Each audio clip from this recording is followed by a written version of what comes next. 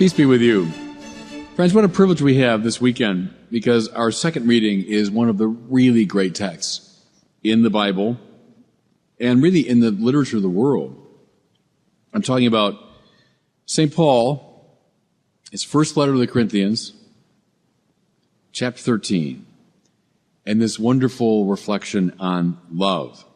Now, this is so central because love is so central.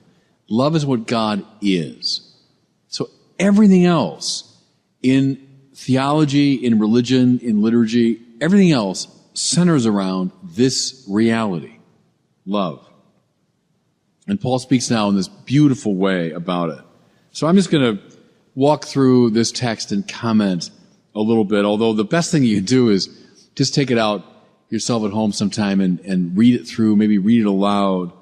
Let your kids read part of it.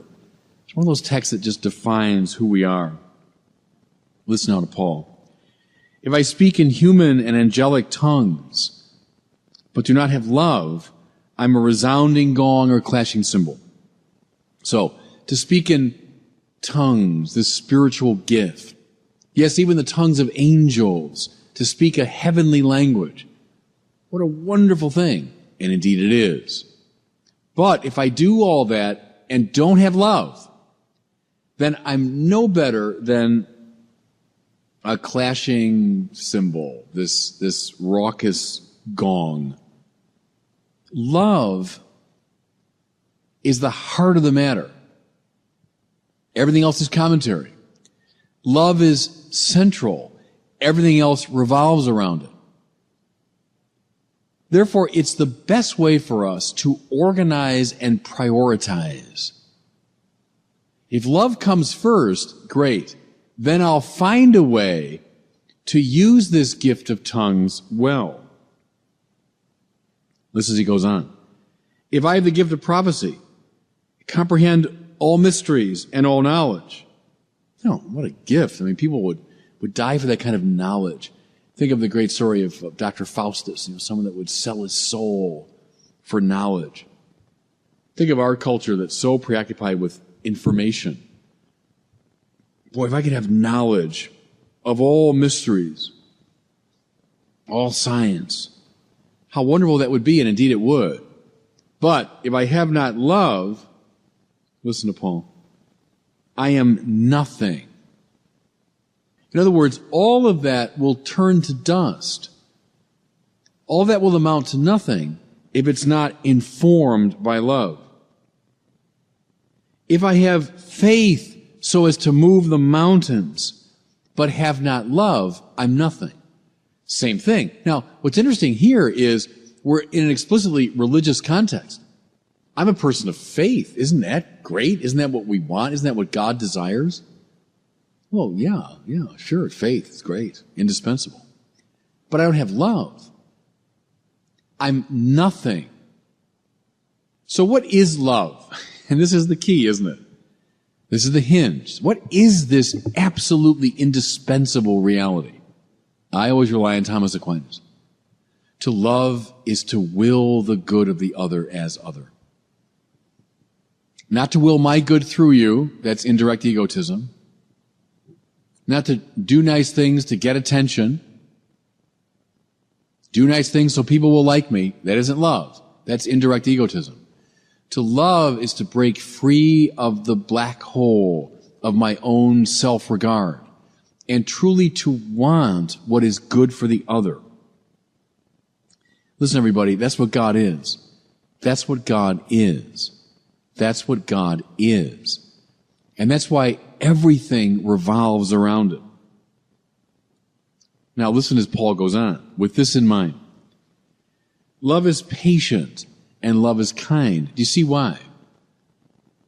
Love wants the good of the other. Therefore, it doesn't say, look, I tried and that's it. I'm giving up. No, that's the voice of egotism. That's the voice of self-regard. Haven't I done enough? No. In the beautiful King James rendering of this, you get love is long-suffering. Quite right. Love is willing to suffer for the sake of the other. It's not jealous, Paul says. Do you see why? Jealousy is always born of egotism. Someone's outshining me, so I got to bring that person down. I've got to undermine him, complain about him, make fun of him. See, all that's generated by egotism, by self-regard. But love wants the good of the other. That's what love is. So it's not jealous. It rejoices in the success of somebody else. It's not pompous. It's not inflated. Well, you see why. What's pomposity or inflation? It's just the ego's way of drawing attention to itself. We puff ourselves up so people notice us and take us seriously, etc. But love has no interest in that. That's the opposite of love. Listen, it doesn't seek its own interest, Paul says. Well, that's the essence of love. That's the definition of love. It doesn't seek its own interest. I like this. It's not quick-tempered. It does not brood over injury. Again, do you see why? Quick-tempered. You lose your temper. That's because you're preoccupied with yourself. Someone's offended me. Someone's not doing it my way. So I lose my equilibrium. I make my demands. See, but love doesn't care so much about what's happening to the self. It worries about the other. And that's why it doesn't brood over injury. That's a game we all play, isn't it? Is it?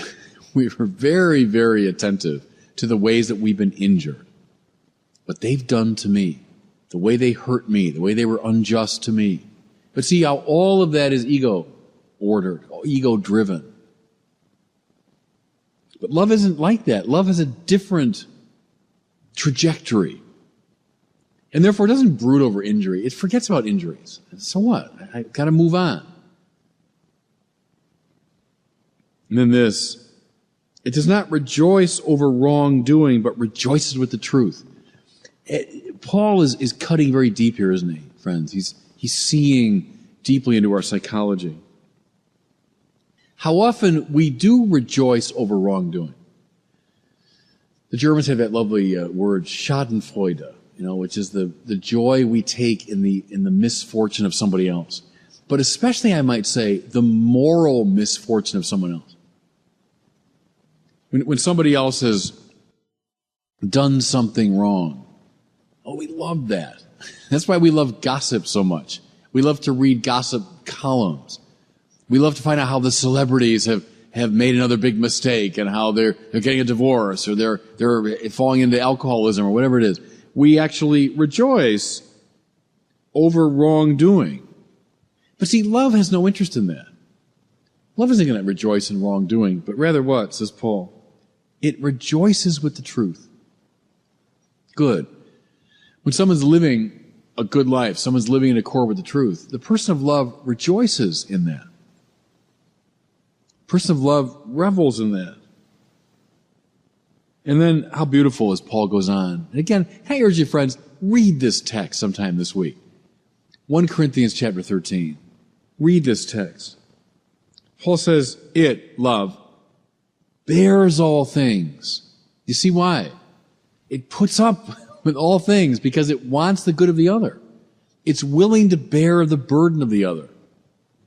See, the person who's egocentric, I'll bear a little bit. I'll put up with you a little bit. I'm not going to bear all things. But see, if you've been possessed by love, well, yeah, that's all you want to do. Think of, make it concrete. Think of a husband who truly loves his wife. Think of a mother who really loves her kids. Of course they'll bear all things. Of course they will. Love hopes all things. See, that's not giddy optimism. Hope is something much more powerful and strange and enduring. Hopes all things. Everything's going wrong. Yeah, but the person of love is just interested in what is possible, what can be. Hopes all things. Endures all things. It puts up with the whole world collapsing because it's not focused on the self. It's focused on willing the good of the other. Think of someone like Pope John Paul II, Karol Wojtyła, who endured the Nazis and all that meant, endured communism and all that meant, and emerged eventually as this person of radiant grace-filled love. Love endures all things. Look how Paul ends. Love never fails. Again, do you see why? Because love is what God is. And God is eternal. God is absolute. God is a rock. That's why love never fails. If there are prophecies, and there might be, Paul believed in them, they will be brought to nothing at the end of the day. That's true, isn't it? If tongues, and Paul spoke in tongues, he knew about that, but they will cease. If knowledge, and Paul knew about knowledge, he was a very smart man, studied the Jewish scriptures, he knew the Greek philosophical tradition, he knew about knowledge, but it'll be brought to nothing. Now see, why? Why? Because this world is passing away, but love is what God is. And that's why love never fails. Love never passes away. It's why indeed we speak of eternal life. Because we intuit correctly that love is stronger than death. Love is stronger than any of the great goods of the world. And then listen, when I was a child, I used to talk as a child, think as a child, reason as a child. When I became a man, I put away childish things. Friends, I know people who are in their 60s and 70s who think and reason and talk as children. What I mean is they have no spiritual maturity. Obsessed with wealth and pleasure and honor and power, obsessed with knowledge, obsessed with their own egos. See, Paul's point is all that is child's play. The spiritually mature person speaks of love, wants love, seeks love. At present, Paul says, we see indistinctly as in a mirror. That means the way we see things now in this world. But then, face to face. The then he's talking about is the then of heaven, of eternal life. When I'll be so transfigured by the divine love that I will become utterly conformed to it. To live your life even now, as though that's the deepest reality of your life. That's the key to happiness. That's when you will think and reason and talk as a mature person, not as a child. That's how your life becomes properly focused and organized. Love first, love last, love in all things. Read 1 Corinthians 13 sometime this week, and God bless you.